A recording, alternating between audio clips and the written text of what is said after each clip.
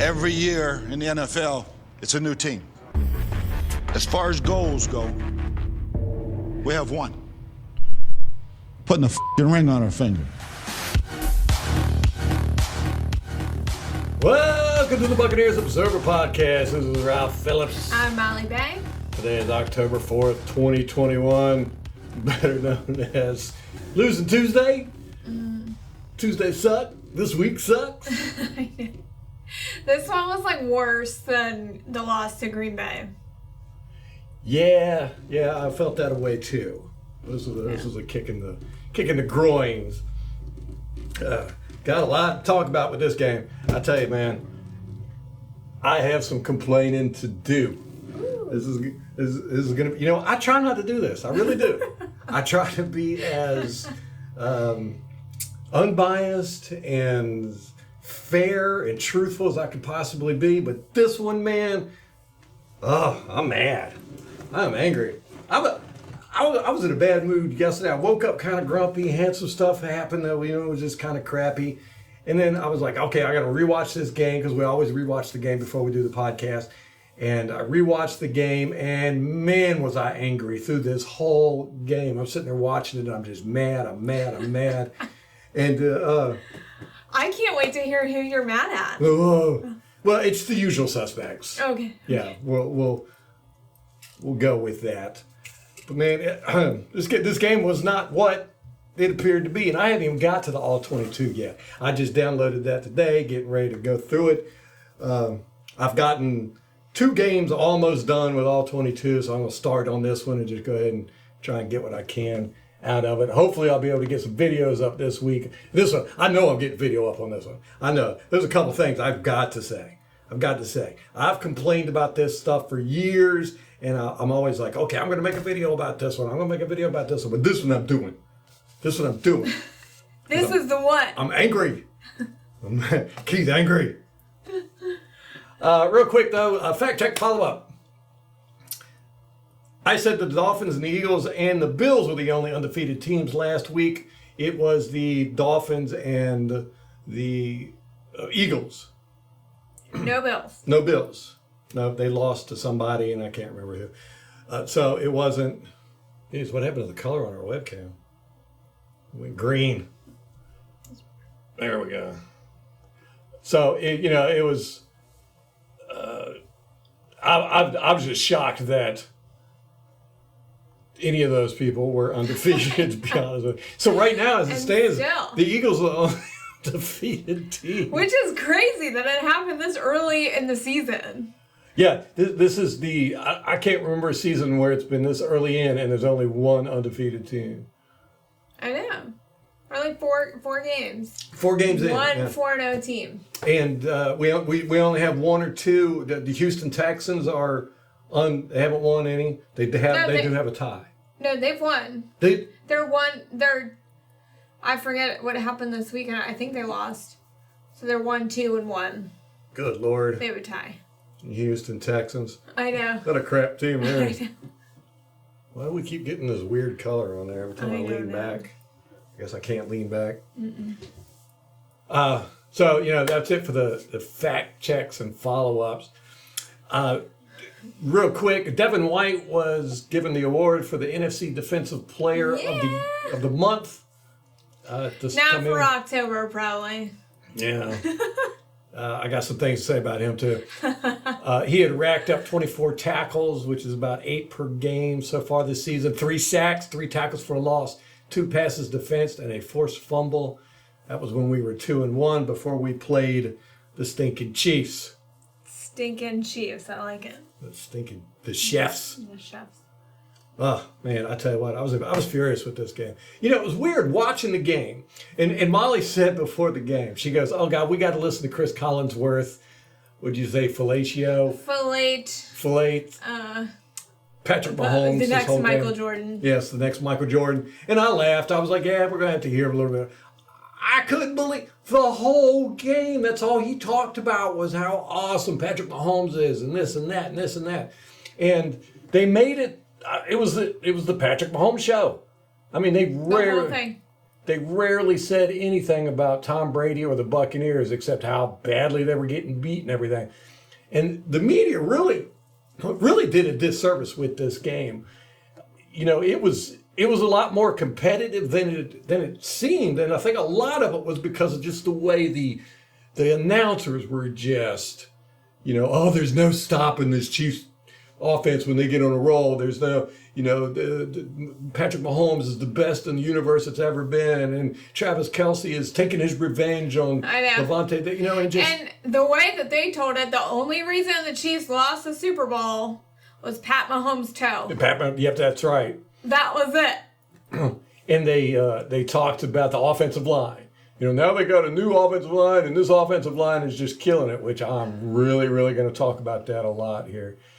But yeah, they just acted like the whole game was nothing but Patrick Mahomes and the Kansas City Chiefs. I mean, it was insane. It really was. I was getting frustrated, and you know, you knew it was going to happen coming in. I knew it was. I didn't think it was going to be that bad though, and it did make it look like the Chiefs were just killing us, which that's not what happened. Surprisingly. It felt that way. It did feel that way, and I think a lot of it had to do with the way the media portrayed it. Now, they did nothing but talk great about Patrick Mahomes and kind of poo-pooed Brady, and every now and then they might would have said something. But listen to this. Listen to these stats. You know, I'm not a big stats guy, but listen to this. 21 completions, or 21 attempts, 14 completions, 126 yards. Hold on, wait. That's not right.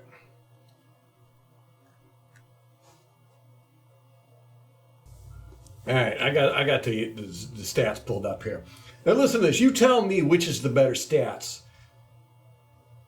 37 attempts, 23 completions, 249 yards, 3 sacks, 3 touchdowns, and a rating of 97.7.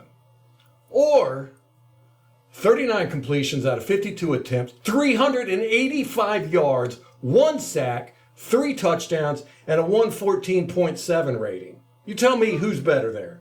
Number 2. That's Tom Brady. Tom Brady had better stats than Patrick Mahomes in this game. Tom Brady played great. Now, we talked about Patrick Mahomes. You know, he makes all these dynamic plays. Oh, God. He had 2 plays that were really lucky. You know, I mean, he did some razzle-dazzle and all that, but they were broken down plays, and he got lucky. You know, because both of them he threw up ducks. You know, and we really should have gotten those balls. Mm-hmm. Tom Brady had some great scrambles. He got out of some really good sacks and threw some bombs. Mm-hmm. They didn't talk about that. Hit some good passes to Mike Evans. Yes. The boy. Yeah, thank God Mike Evans is back. Yeah. Yeah. Mike Evans, Chris Godwin, Julio Jones, Donovan Smith, they were all playing. The only starter that we didn't have playing, I think, was Akeem Hicks. Mm-hmm. So it was nice to see those guys out there. And Mike Evans, he just makes a difference. He's just a baller. Yeah. He's a baller. That guy catches balls. Except the one time, we're going to talk about that too. No. Oh my God, I was furious over that one. So anyhow, Tom Brady's out there doing better than Patrick Mahomes, but yet if you listen to the broadcast, if you don't watch the game and you just listen to the broadcast, you would think that Tom Brady was out there getting his butt kicked and Patrick Mahomes put up all these numbers. No, he didn't. It is weird to me how they have crowned Pat Mahomes the next golden boy. They did it the first year he was in the league. Now, granted, he won the Super Bowl that year. Is that the first year or second year? I think it was second year. Maybe second year. But they had already crowned him like the next Tom Brady. They're so desperate to find another Tom Brady, which is never going to happen. No. Not going to happen. No. It's not going to happen. And so ever since then, you know, they've carried on with this narrative that he's the next GOAT. Well, God, they do this all the time. I mean, we need to write a list of all the quarterbacks that they've just gushed over or players that they've just gushed over that, you know, eventually just disappeared. Yeah. But it's hard to stay in the league, especially as long as Brady has. We're watching the greatest player in football, maybe in sports history, and they're going to sit there and crown and talk wonders about the other guy. It's so weird. Now, I can understand Brady is not exciting. You could say, even make the argument that they just talked Brady out. There's really nothing left to say. People don't want to hear it. People don't want to hear it. Right. But still, at the same time, when he's gone, you're going to wish Tom Brady was still around. That simple. And you're going to tell your grandkids and your kids, yeah, I watched Tom Brady for 25 years play football. And they're going to be like, ooh, that's awesome, because he's going down in history. It's probably the greatest athlete that's ever lived. But yet they're acting like he's out there like a doofus. I know. It's so disrespectful. Yeah. It is so disrespectful. Yeah. And they talk about Travis Kelce. Oh, Travis Kelce and this, Travis Kelce and that and everything. Mike Evans had more passing yardage and touchdowns than Travis Kelce. Well, you're just like, what are you doing? Yeah. So that was infuriating, but that has nothing to do with the game. Well, and to go back to the quarterback thing, 2 weeks ago they did the same thing. Greg Olsen and is it Kevin Burkhardt? About Jameis Winston. Jameis Winston up against Tom Brady, and they could not say enough good things about Jameis Winston. You would think Tom Brady was not even in the game. Yeah. It's weird. It's the weirdest thing, man. I mean, it's a disservice to fans. It really is. Because they're not. And if Tom Brady's not on your team, you probably hate Tom Brady, or you just think, he's a cheater. He's always been lucky. He's always been surrounded by good players. No, Tom Brady is the best for reasons. And a lot of them are demonstrated right there on the field, but these people don't pick it out. I mean, you watch Patrick Mahomes. He was inaccurate on a lot of passes. He does all these weird passes on the left, where he sidearms it, and he's never sets his base correctly. He has horrible fundamentals and all this good stuff. And the ball goes all over the place sometimes. I know. That's what's going to happen. But Tom Brady, his passes are like lasers. Some of those passes are just incredible because our receivers don't really get open. If you watch, Travis Kelce and these guys, they're generally open when Mahomes throws them the ball. Now, there was some passes that were squeaked in. Our linebackers had our back turned to them or whatever. But generally, they're open receivers. Brady's not throwing to open receivers as much. He throws it in the window, and it's just incredible. The accuracy and the decision-making is above everybody, heads and shoulders. It's elite. But they don't talk about that mess. And it's so aggravating. So I'm not going to sit here and talk about the announcers all the whole thing because I got plenty to bitch about with the rest of this. Okay, so let's talk about the game. What happened? First quarter starts off. Immediately, they get the ball. Oh. They kick it. They kick it to us. They defer to the second half. They win the coin toss. They kick it to us. White, number 29, our rookie running back. He gets the ball. He comes running out. Boom. Fumbles it. Now, Disaster, yeah. Fumbled it in damn near on our red zone. And the Chiefs get the ball. They come out. 2 plays later, boom, score touchdown. Kelce over the middle. And that hurt.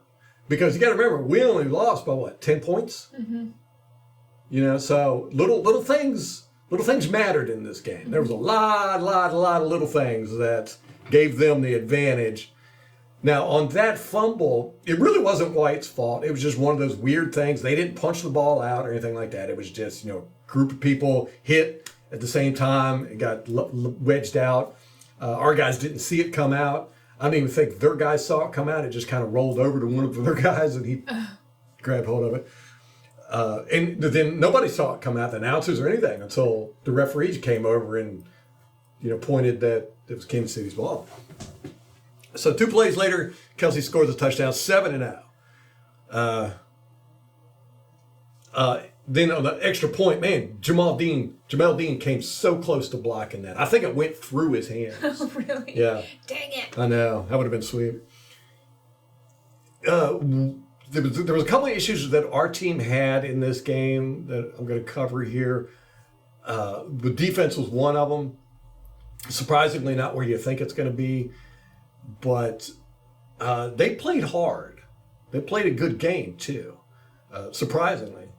Yeah, can't fully say that with 100% confidence because I haven't seen all 22 yet, but rewatching the game and I was replaying each play and watching the players and all this good stuff. Defense showed up. They came to play, but there's a reason why they did not succeed, and we'll get to that. Fournette came out. He had a nice catch and run, 25 yards. That was our second offensive play. It was beautiful, set up, blocking, all that good stuff. Then Suck up ended up getting a field goal. So that made it 7-3. Mm-hmm. So not a terrible deficit. I mean, No. you want a touchdown there, but Right. you did get points on the board. Yes. Then the next possession, they come out. Mahomes gets wrapped up by Carlton Davis. I mean, Carlton Davis had him. He was all over him. Had his arm even. Had part of his jersey in his arm, and he was pulling him down. Mahomes was able to just toss this ball up. It was an ugly pass. It should have been intercepted or knocked down. It was the dumbest decision in the world to make. It really was. It was, and that's what's infected the league. We talked about this last year. It's the Mahomes effect. Is he does this stuff and it works out sometimes, and everybody acts like it's the biggest thing. So all the other quarterbacks start doing it, and you see it with like Garoppolo last year in the playoffs. He's in the end zone, same damn thing. He's getting wrapped up, spun around. He just tosses the ball out, and they get a pick six.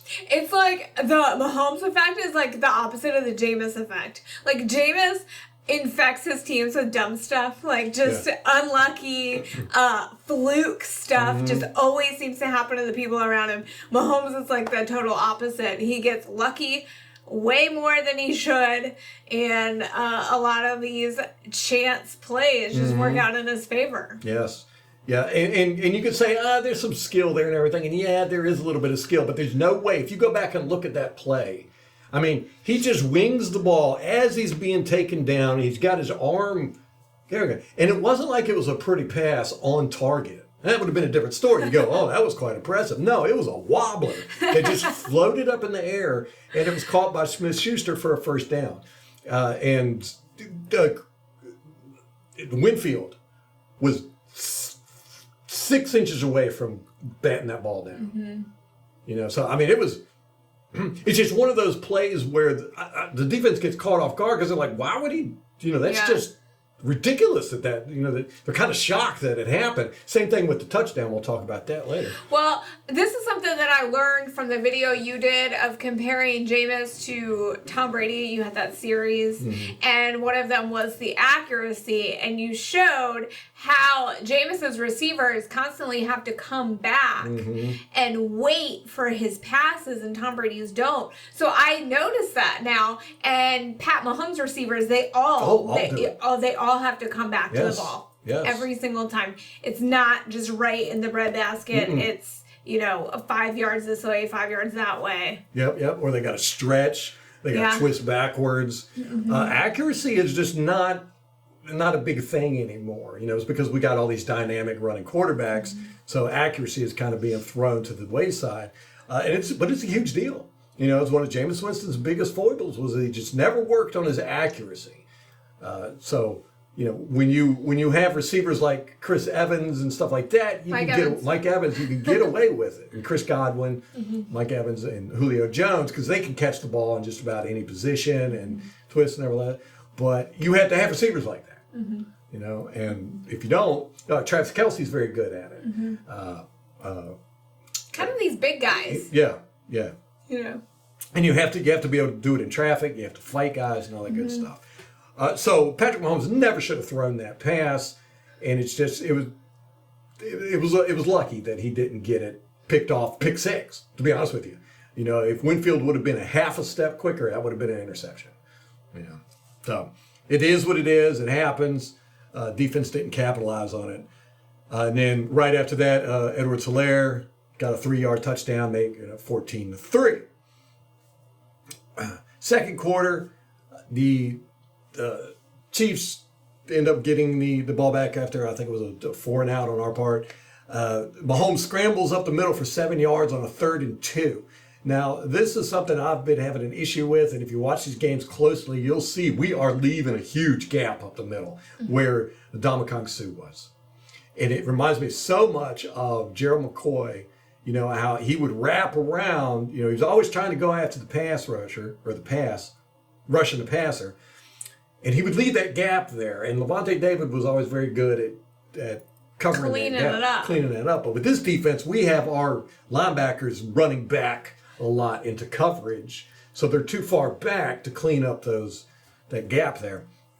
And we're just leaving. I mean, they're huge holes where Sue was, and Sue there was never holes there. I mean, that was his domain.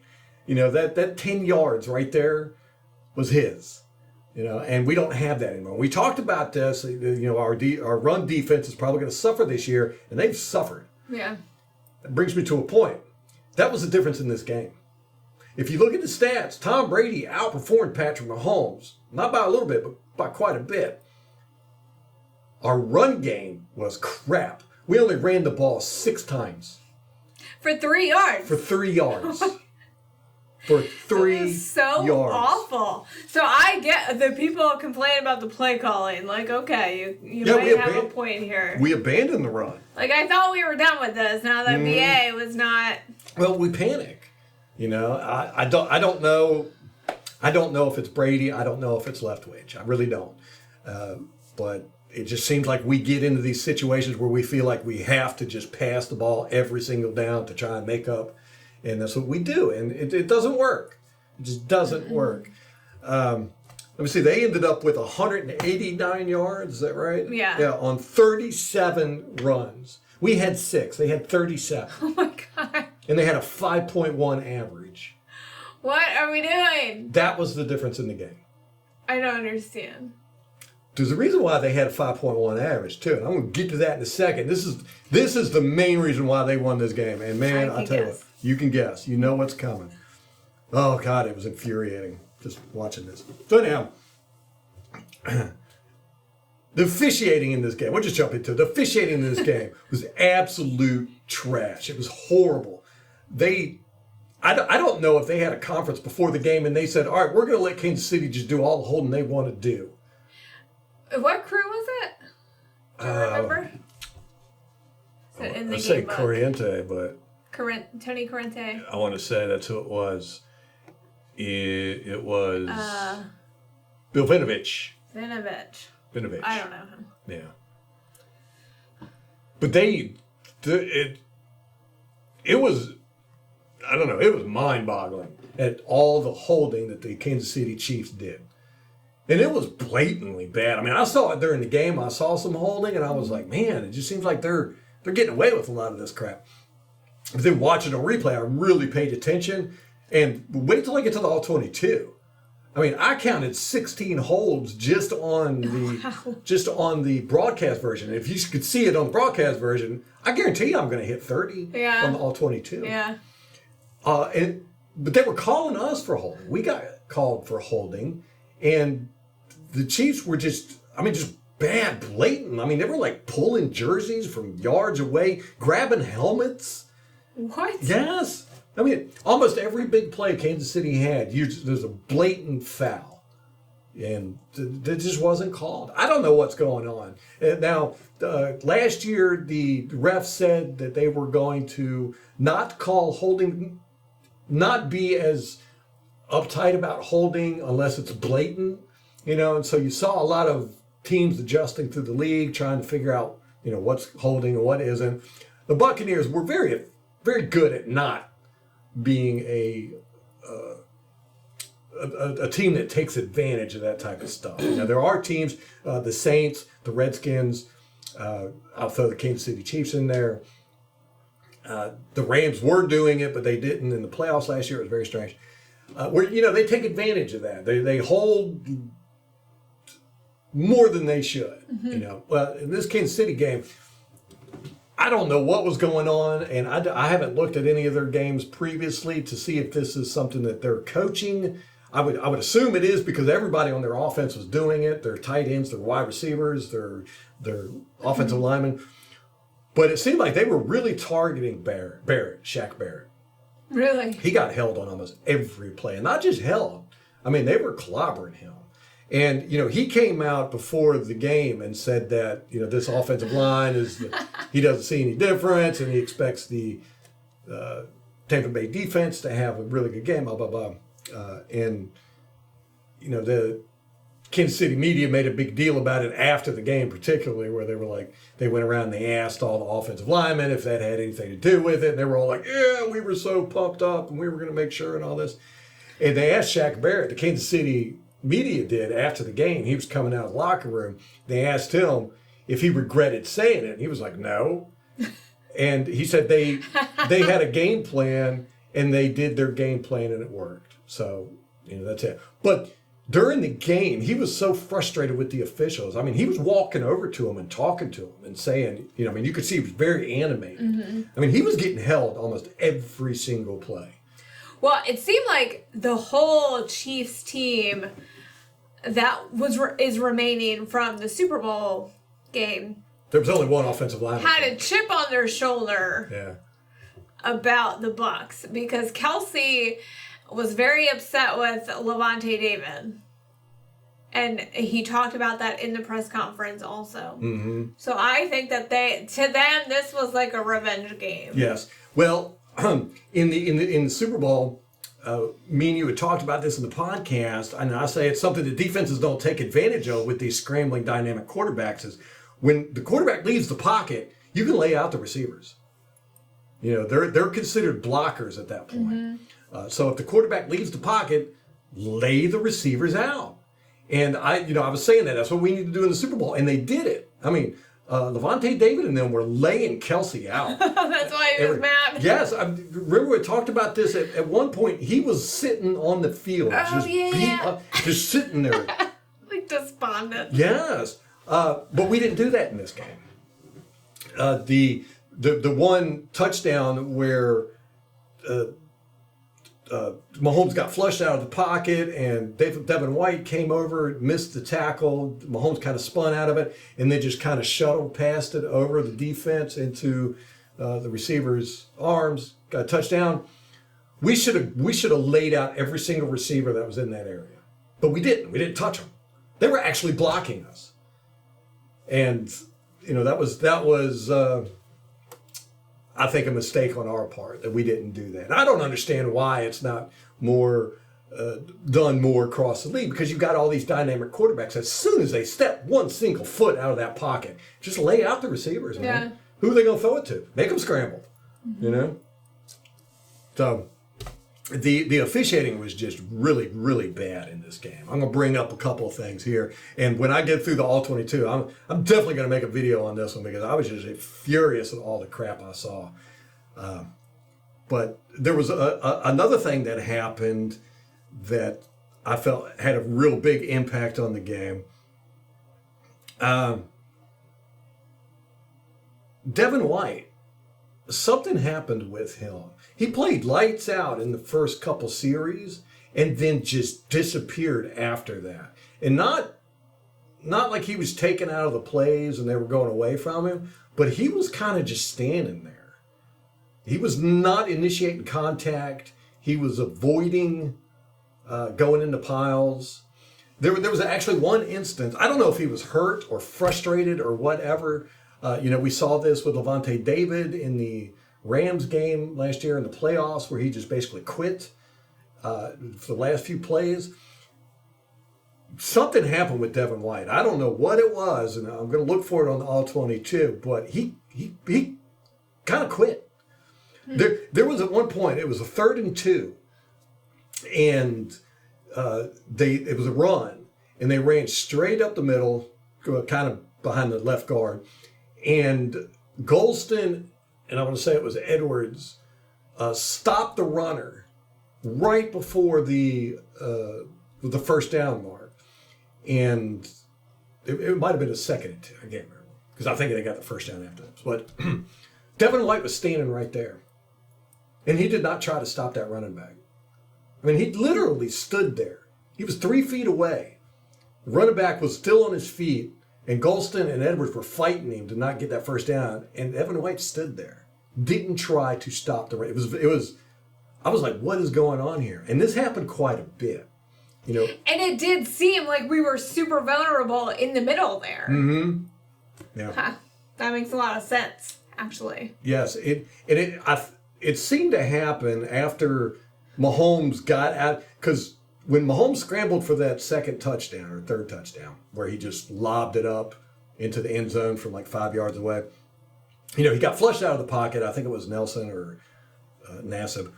And he's running over to the sideline, and Devin White comes at him. Devin White has a great open field tackle, and Devin White goes for his legs, which drives me crazy. And Mahomes just spun out of it, and Devin White just totally missed him. And it seems like after that play is when I started noticing Devin White just kind of not putting forth a lot of effort. I don't know if he was hurt. I don't know what the reason is, but it's quite obvious on the field that there was something wrong with Devin White. And that's when I first started noticing it, was after that play. That was the last good play that I remember him doing.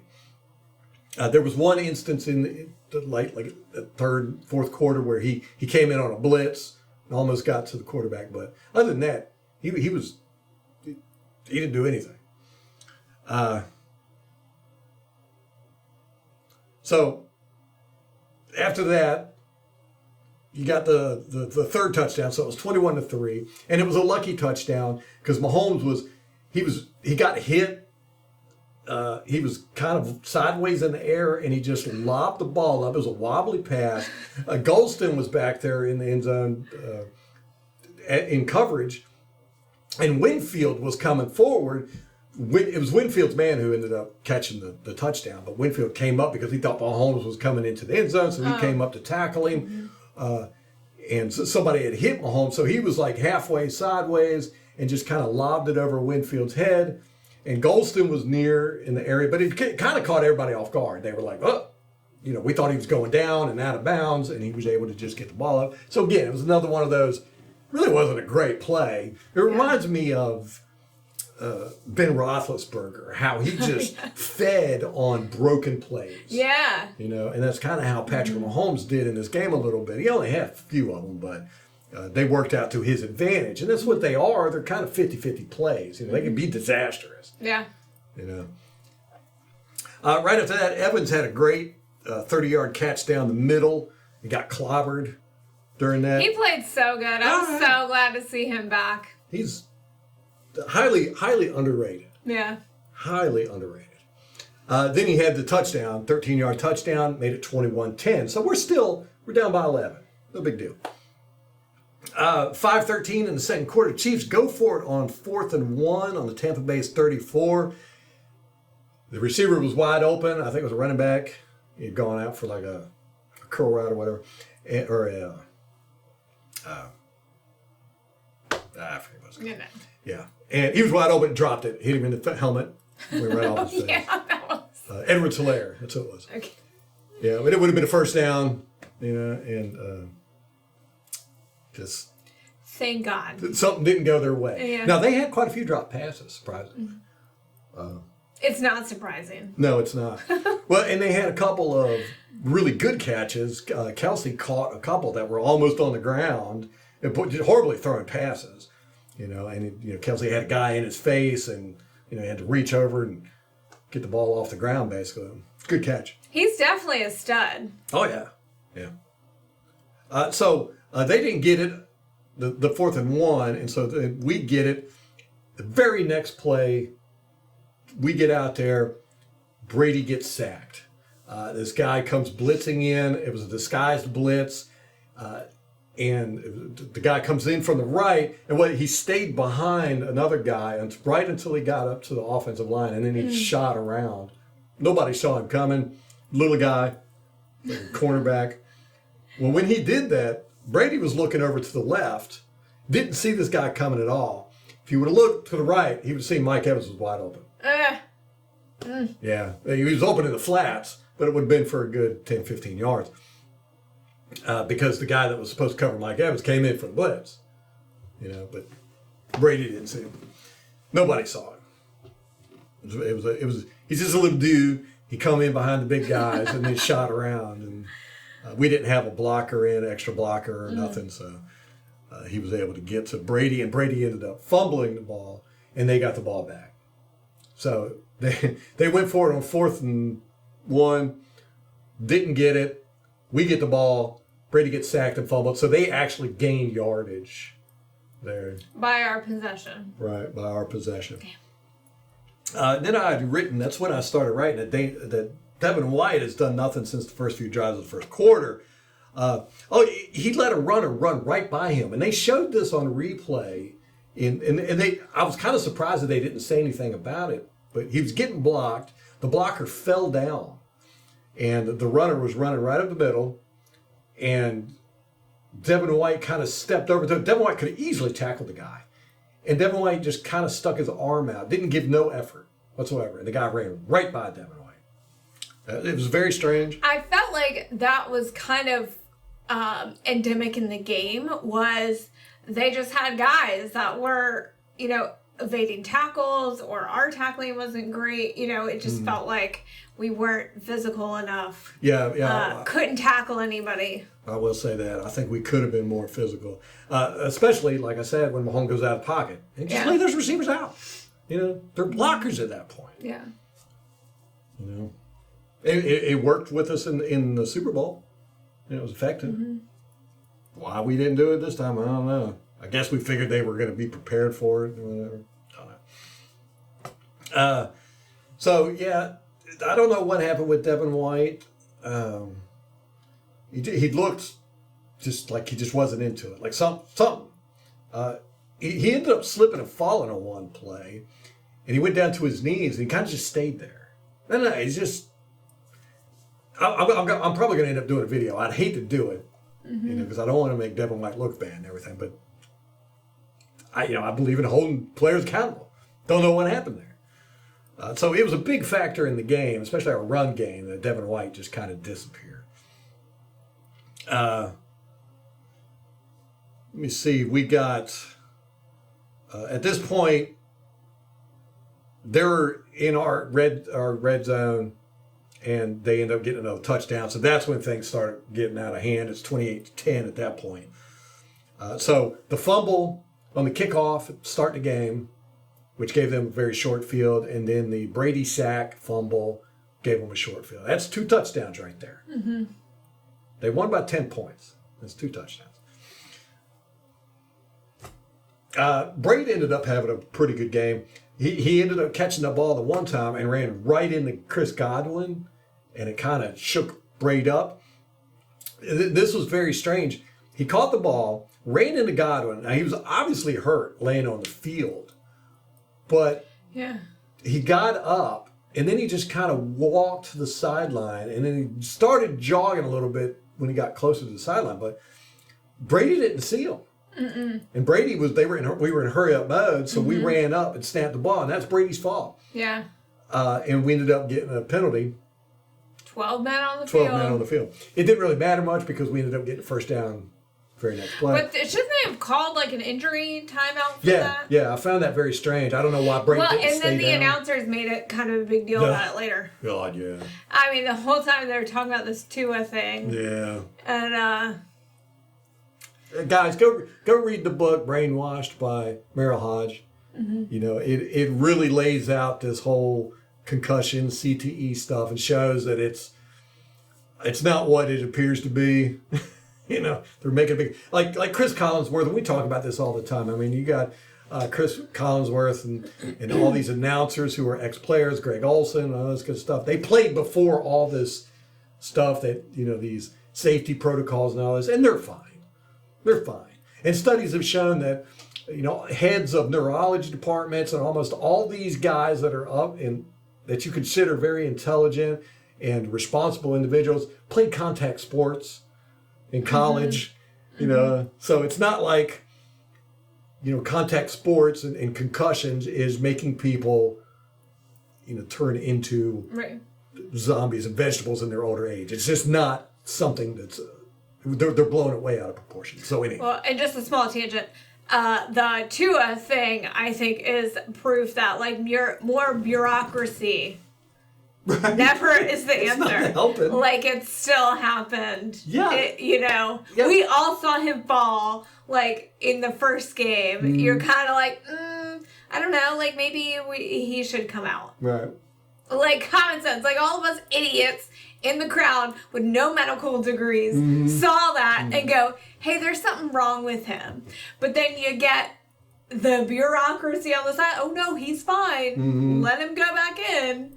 And then you get the next week that disaster. So it's just... Yes, and they ended up firing that guy. Yeah. The guy who was responsible the independent consultant, unaffiliated, whatever he is. Right. So, that's just a whole disaster there. Yeah. I'll be honest with you. When I saw Tua get stumble last week, or the week before last, I thought it was...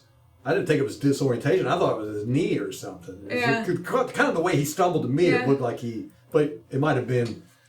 Well, and then they blame his back. And I'm like, well, isn't that kind of like your spinal cord's back there? I don't know. I'm not a doctor. Right, which right. Chris Collinsworth was going on about all this stuff. And he kept saying that, well, I'm not a doctor and I don't know. Right. But the NFL needs to be more protective of these players and all that good stuff. I don't know. I'm just not a big fan of it.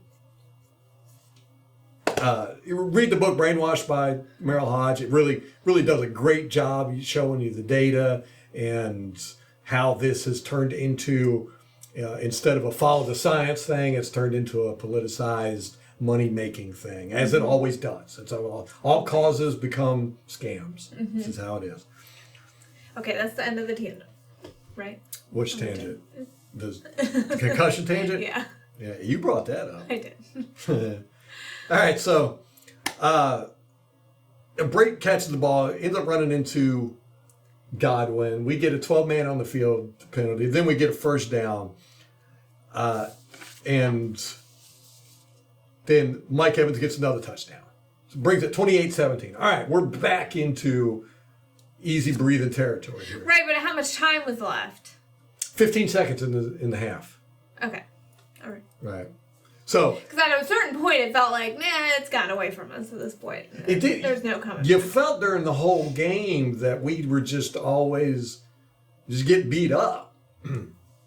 Yeah, and I didn't feel like the team wanted it. Yeah, you did feel there was a lack. They were just kind of present. Yeah, right. But that's how I felt too. But on rewatching it, I got a different sense. And I know when I watch all 22, I'll definitely get a different sense. I think that the defense got very frustrated because they couldn't do anything because they were being held and hit, and they were they didn't have a level playing field. You're right. The refs were against them. That's how they felt, I think. Now on the kickoff, Mike Evans scored a touchdown on the kickoff. Their guy Pacheco, who's a rookie running back, number 10. He had a 42-yard return. He would have made a touchdown if it wouldn't have been for Cabrera, our kicker. Camarda. Kicker. Yeah. Camarda, yeah. Who got in his way and kind of tripped him up a little bit. So then on Kansas City got the ball with 4 seconds left on their 42. They were going to do a Hail Mary, it appeared. Mahomes goes back, 7-step drop, and Carl Nassib, boom, gets a sack. So good for the gay stats. Which is funny, they didn't mention anything about nothing. His sexual orientation. It kind of shocks me. It's like being gay is so 2000s. I know, nobody cares. Now it's all this other weird stuff, so you gotta, it's like, that's old news. All right, so third quarter rolls around. The score is 28-17. It's 3rd and 10. Kansas City's got the ball. They get the ball on the kickoff because they deferred. They won the coin toss. Smith-Schuster, he goes for a screen pass for 19 yards. Now, this one infuriated me because Shaq Barrett is going down the line. They threw it to the opposite side Barrett was on. And he's going down the line to make the tackle. And an offensive lineman just clobbers him in the back. I mean, just blatantly hits him right in the back. And the guy knew what he did was wrong because he immediately turned to the official and put his hands up. Oh, that's always the tell. Always the tell. They always do that. Yeah. No, dude, just walk in the opposite direction, Right. slowly, like pretend nothing happened. I'm going to do a video of just the Kansas City guys in this game who did penalties and then put their hands up like this, looking at the refs. Yeah, because it happened like 6 times. But not only that, the Carlton Davis was on the outside and he was going to make the tackle. Both of them could have made the tackle because it was a screen pass. The Smith-Schuster caught it behind the line of scrimmage. They were both coming to get him. Barrett got clobbered in the back, which it should have been a penalty because you could get hit in the back on close line play when you're near the line of scrimmage, and this was definitely, it was right on the line of scrimmage. But it was intentional and it was forceful, which you can't do that no matter where you're at on the field.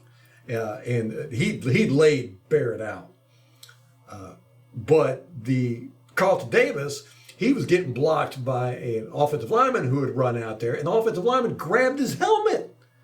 Oh my God. And you can see, Carlton Davis fights the guy off and almost makes the tackle. But you can see, Carlton Davis is in a C shape trying to get away from this guy, and his helmet is being ripped off. Oh my God. And it's blatant. It's right there. Both of them happened right out in the open. I saw that one on the broadcast when we were watching the game, and I was like, fucking Davis just got held. So anyhow, they get a 19-yarder first down, and a 3rd and 10. It was just that both of them would have made the tackle, either for tackle for loss or close to the line of scrimmage. So it would not have been a first down. But and it was just play after play after play like that, and our defense was very frustrated with it. They were quite verbal with the referees, and I hate that the players and the coaches can't point this stuff out. If they do, they get fined. They're in the best position to point it out, right. to see it. Right. And you can't say it. They probably bitch about every game, but there would be certain games that you would, know that they're telling the truth here. Yeah. So at 11:31, Kansas City kicks a field goal, and here's where things really start. It stretches out, 31-17. Brady gets the ball next series. He goes incomplete 4 out of the next 5 passes. It was just a bad series. It was a lot of our guys dropping the ball. It wasn't really Brady. It seemed like there was some miscommunication. The offensive line played pretty good, I thought. They, from what I could tell, all 22, you could definitely see it a lot better. But there wasn't a whole lot of pressure on Brady. He did get pressured, but it wasn't a lot. He had plenty of time back there. And pretty clean pockets. And then we go to punt it, and our punter kicks a bad punt, 30-yard punt. It was just like, what? Where'd that come from? Well, he did that one, and then he had the kickoff out of bounds. Yep. That lost Bradley Pinion his job. Yes. And he did that another time this year. I want to say last week. Yeah, I think it was last week. Last week, yeah. So, that's got to get corrected. That gave Kansas City good field position.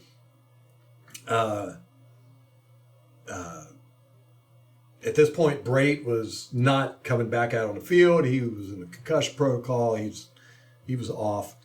And Kansas City didn't do... They ended up getting a touchdown on that drive. They had good field position. Again, they had good field position in this game, just like the Packers did in the last game. So, this game was 10 points difference, but we had 2 turnovers. They had great field position. Brady outperformed Mahomes, outplayed him. The big difference was the refs, absolutely horrible calling. I still have a few more to bring up. The holding allowed for them to have a good running game.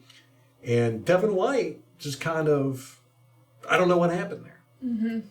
So it's actually surprising that we were only 10 points down. So we get the ball back, and O'Keefe, number 41, out of nowhere, catches a 19-yard catch. That was a good catch, too, because it was over his shoulder. Yeah, he did it all over the shoulder. To push off with the I know, he defender. did push off. Did not get called. Yeah. Mike could have. Kept both feet in bounds on the side. I know. It was beautiful. I like him. I really like him. Yeah. And we had just said last week about how O'Keefe when he's in the game, you know he's going to be blocking. I said he ain't never going to catch a pass all season. He's a fullback. He's a fullback. He ain't a tight end. And what happens? We come out and throw him a 19-yard beautiful pass and catch. Then 108. I think we ended up kicking a field goal there. I can't remember. No, wait. Kansas City got a personal foul called for clocking Mike Evans' unnecessary roughness penalty in the end zone. Right? Okay. Yes. Tom Yeah. Brady threw it to him. Mike Evans goes up. It goes through his hands. He comes down. Player clocks him. Blam. Right in the head. Oh, my God. I was so mad about this one. I was mad during the game. But I was wrong on that. I was saying that the penalty we should have been on the 1-yard line. But here's the thing. We were on the 2-yard line. We were on the 4-yard line during that play. So we get an unnecessary roughness penalty, 15-yard penalty normally. It's half the distance to the goal, so we got it on the 2. On the yard. So a 2-yard penalty. Yes, it infuriated me. It was our first down, and we got to replay the down because that's what happens when you get a personal foul penalty. You get to replay the down. It's a no-play down. So we got first down on the 2. It was a 2-yard penalty. Now here's what pisses me off and infuriates me about this. Last year, during the playoffs against the Rams, the same exact play happened, but it was on 4th down. Right? Mike Evans goes, he catches the ball, it falls out of his hands, defender comes up, blam, clocks him right in the head. They called the defender, but they said it was after the play. Oh, yeah. So Kansas City got the ball, and then they were 15-yard penalty. Same exact thing. This was the same exact thing. And they said, why didn't they go, okay, it's 2nd down now. Right, Or, because it was after the play. Yes. I was so infuriated about that Rams call. Stupid rule. And this is a perfect example of how they're just full of crap. It was a horribly, horribly ref game. Yeah. I mean, Mike Evans got laid out. It was an unnecessary roughness penalty, and we got 2 yards out of it. I mean, goddamn, I would do that. I would instruct my guys to do that every time. Yeah. I'd give up 2 yards to make their receivers dizzy. So that was infuriating. And again, it just goes to show that Rams call last year on 4th down was complete BS.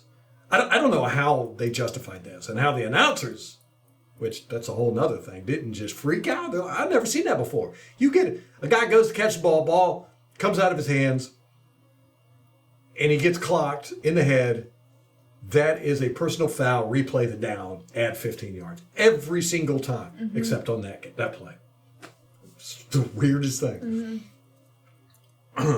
Okay, so then next play, 44 seconds left, the 3rd quarter. 29 White running back, touchdown, first career touchdown. Yay him! So that gives us 38-24. We're still ways away. Then that's when on the kickoff, Camarda kicks it out of bounds, gives it to them on the 40. So, we keep trying, we're getting close, and bam, it's like 2 steps forward, or 1 step forward, 2 steps back. And we're not getting any help from the refs. They're doing dirty stuff like hitting us after the play.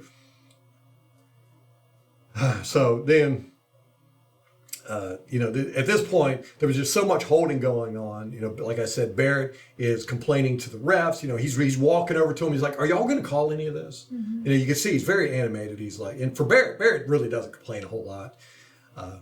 He was just frustrated. And I don't blame him. I was frustrated. So then 10:49 in 4th quarter, Kansas City goes downfield. They got short field, they go about 15 yards, they end up kicking a field goal. They made it 41-24. That's when you're just like, oh man, we're screwed. Yeah, that's where it felt like it was over. Yes. And then 9:41, Godwin gets called for a BS offensive pass interference. The guy ran into him. Godwin actually tried to get out of his way. Oh, they were saying it was a pick play. But they're bullshit. I know. It's Yeah. complete bullshit. Yeah. The receiver is allowed to run the route. The defender has to get out of his way. That's how it works. Now, Godwin didn't go out of the way of his route put his shoulder into the guy or nothing like that. No, Godwin's running. This guy's running at him. Godwin jumps up in the air to try to avoid the guy, and Godwin got caught. It was so infuriating. It's just you just feel like sometimes that the refs want another team to, the other team to win. And this is one of those games where you're just like, are y'all going to call anything right? Then, great play by SMB. Now, I had talked about it last week, how SMB hadn't had any defensive snaps at all. We were using our safeties and the nickel and dime packages, and we had only kept 2 quarterbacks on the field all season long. Never had 3 quarterbacks or more, cornerbacks. And then all of a sudden, out of the blue, here's SMB, boom, great interception. Now, see, that's one of those plays where things didn't go right for Mahomes. He just chunked it up, and we intercepted it. Now, the reason why he chunked it up is because, for once, Vita Vea was getting pressure up the middle. And Vita Vea was coming straight at him, and that's a terrifying sight to behold. So Mahomes just kind of got rid of it, threw it downfield. SMB, great interception, great run back too. I wish we would have had better blocking on the run back. I think everybody was kind of shocked that he was trying to run it back. They expected him to run out of bounds or lay down. So that was great, and we get the ball in great field position, and Fournette ends up getting a touchdown on a pass. So we're closing the gap again, 41-31. We're within 10. There we are. But there's only like 3 minutes left. 2:47 in the fourth quarter. Kansas City 2nd and 2. The running back. This is where I just really got frustrated with Devin White. The running back. This is a 2nd and 2. The running back is being held up by Golston and David. Okay. Yeah, it was Levante David. They're trying to keep him from getting a first down, and Devin White was standing right there, just standing there. He didn't have his hands on his hips, but he wasn't trying to help. And they eventually got him down on the ground and stopped him, but with no help from Devin White. And they ended up stopping him, but then they ended up getting the first down after that play. And they were able to basically run the clock out after that. So it was a very, very frustrating game. I was like you. I felt like the Buccaneers didn't have the gusto to win this game that the Kansas City Chiefs did. I mean, you really felt like Kansas City Chiefs, it was a revenge game for them. Buccaneers were just kind of like, y'all want it more than we do, so take it. Yeah. Big factor in the game, though. Big factor in the game was the referees. It's a huge factor. And we only lost this game by 10 points. It felt like it was more. It felt like we were getting our butts kicked the whole game. But if you look at the stats with Brady and Mahomes, Brady beat Mahomes in the stats category, and we were only down by 10. That could be made up by any number of things. The 2 lucky touchdowns by Mahomes. If we would have taken advantage of those opportunities, those wobbly ass passes. If we would have not turned the ball over those 2 times, if we wouldn't have given them such good field position on the horrible punts and kicks, Devin White would have played better. If the refs would have called the penalties they should have. There was a lot of factors. So, again, I'm going to say we were the better team on the field. Things just didn't go our way. The refs were against us. Something happened with Devin White. I don't know what it was. But we only lost by 10 points.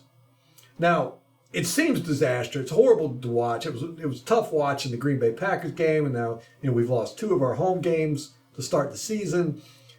So you're thinking, oh man, we just need to get our crap in order.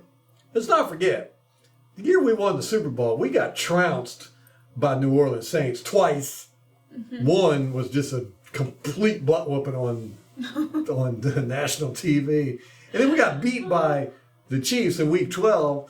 We had that one receiver had over 200 yards in the first quarter in that game. So we ended up going and beating all those guys in the playoffs. We're fine, guys. We're fine. Yeah, it was frustrating, but you have to remember it's week 4. Right. Week 4. And Brady says football doesn't start until November. Right. Yes. So. And I think this whole team is kind of feeling that way. You know, I'm aggravated with the receivers for not being out there on the field, you know, injured and all that stuff. But I think they're playing the long game. I do too. And, you know, you feel like we were doing good with the running game and we got away from it with this game. And you're like, well, you know, we've been running Fournette a lot. And we need to give the guy a break. We felt like we could win this game on the passing. Instead, we acted like we don't have any other running backs on the roster. But you're going to have to bite the bullet. I thought White did good besides the fumble. Yeah, that fumble. Wasn't really his fault. It's just one of those things. It's going to happen.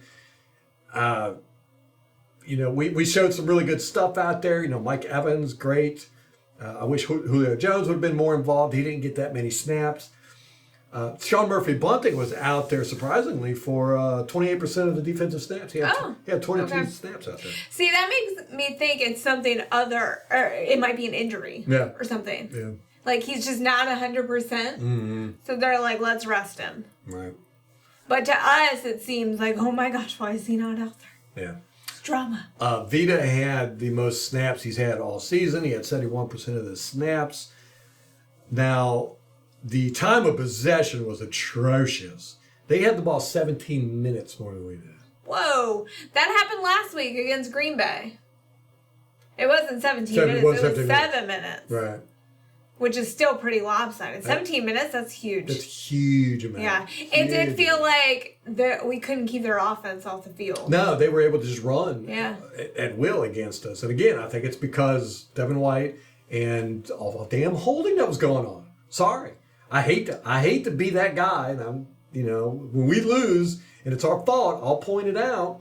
But in this game, man, I'm telling you, there was so much holding and just dirty play that there was nothing we could do. We couldn't overcome it. You know, they really targeted Barrett too. So I think it's because he, you know, said that about the offensive line not being much better or whatever. Salty. Yeah. So I think they had a vendetta out against him specifically. So we're fine, guys. We're fine. You know, it was a hard game to watch, especially after the Green Bay game. But we are definitely going to win the division, no doubt about that. I mean, New Orleans is looking like crap. The Panthers, they're 1-3. Panthers, I think, are 1-3. Panthers are exactly what we thought they were going to be. Their quarterback, Baker Mayfield, is nowhere near as good as I thought he was. I didn't think he was that good to begin with. Okay, now let's go back to our off-season discussions. Would you rather have Deshaun Watson or Baker Mayfield at this Probably Deshaun Watson at this point. He's just out there making dumb decisions, inaccurate passes, but that team is just bad. Yeah. They're just bad. They're badly coached. I can't see Rule making it another year. Can't do it. No, he'll be gone in November, probably. You think so? Yeah. We'll see. We don't know this owner, whether he's one of those that'll get rid of him mid-season. I think he is. I think he is too. They're not football people. No. Atlanta, their defense is doing a little bit of something, but they're always like that. You know, they're 2-2 also. Right, so they're right behind us. We're leading the division. Most of that is because of Cordell Patterson, who is out now for 4 weeks minimum on IR under reserve. So you know, I'm not worried about the Falcons at all. I mean, especially with Mariota in there, and their defense has never been much of an issue for us. It's a good thing because we play them this week. Yes, so we should get that win. We're playing them at Atlanta, right? I think so. I think it's at home. I think it's a home game. Okay. So I'm not worried about this. I'm going to try to get a video out on the penalties and some of the things I saw, and also the Devin White stuff. I just got to do it. I didn't do it with the Levante David one last year because I love Levante David. I love Devin White, and I really just didn't want to put that out there and make them look bad. But I don't know. There was just something there. There's something there. Maybe I don't know. We'll see. I mean, there could be an innocuous explanation for it. Yeah. We don't know. Frustration, injury, something. Yeah. There's something there. It is a home game. Oh, okay. God, we need to win at home. I know. Get the fans juiced up, man. I know. So we will have a preview this week. We've not done a preview I know. all season. Still been crazy with the moving. Yeah. I wasn't going to bring it up. Friday. I wasn't going to make any more excuses. I know. This week, we're going to have our preview. We got guests coming over Saturday, so we'll probably try to get it out Friday. We'll see. I wasn't going to say anything about it because every time we said we're going to do a preview. I know. We haven't. Every time. All right. You got anything else? No. I was going to sit here and complain about the fan that ran on the field. I'm going to say this real quick. I know we're going over. Okay. A fan ran out on the field Monday night, and he had a little smoke bomb thing, and he was running around the field. And Bobby Wagner, linebacker for the Rams, used to be a linebacker for the Seattle Seahawks. He came out and he leveled the guy. I mean, just put his shoulder into him and just boom. And everybody was just like, "Yeah, woo-hoo-hoo." I'm gonna tell you, I did not like that. That really bothered me. I remember back when teams would win a game and people would rush the field. They'd go out there, they'd act a fool, they'd pat the players and lift them up on their shoulders and tear down the goalpost and celebrate with the players and all that good stuff. That doesn't happen anymore, obviously. It seems to me like there's definitely this separation of the players and the fans where players are better than. Mm-hmm. They are the elite. They can do things, and they're protected by armed security all around the stadium, and the fan stuff. People run out on the field. It's harmless. It always has been. It's always been a funny thing, Yeah. But you're just like, haha, look at that idiot. Right, especially when they're like streakers. That's always funny. But a few years ago, probably a little over a decade ago, the NFL and the networks got all morally righteous about it, and now they won't show it when it happens. They'll move the camera to the players just kind of standing there. Yeah, so you don't know what's going on. Like, Right. You're a spectator of the game, and everything stopped, and you're like, what is this? Right, and it's infantilizing the fans in the sense that, it's like, you can't see this because we don't want you to imitate this behavior. We're going to be the adults here. We're the adults in the room. We're discouraging this behavior. And they always talk about it. The announcers will. They'll be like, "Oh, some idiot's running out on the field like a moron," And it's like, no, you don't talk about the fans like that. I'm sorry, Well, when Bobby Wagner laid this guy out, everybody's all like, "Woo!" And of course, I love to see a good hit and everything, but I don't like how they're like, this is a good thing for the sport. Yeah. Because here we talk about player safety and all that good stuff. Here you had a guy who was in shorts and a t-shirt running out there getting hit by a guy that outweighed him by a good 60 pounds. An NFL full linebacker. muscle. Yes, an NFL linebacker. With pads. In pads and a helmet. I mean, it was dangerous. Yeah. And, to be celebrating that, like, the guy deserved it. No, he didn't. Well, for one, I've seen women do this a lot. There used to be a woman on the Dallas Cowboys who would run out there. She had big breasts, and she would run out, and she would hug all the players and stuff like that. And, it was kind of a thing. It was just funny, and the announcers would, laugh about it and, kind of talk about her big breast, but in a obscure way, It's like, oh, well, she's got plenty of cushion. She's not going to hurt any, stuff like that. So, it was cute and it was funny. Could you imagine if a woman had run out there and done that and got laid out by a player? He'd be in jail right now. Mm-hmm. But the guy does it and everybody applauds. And it's kind of a thing I see as a trend. It's been happening for a long time. It's kind of like Alvin Kamara. He beats this guy up.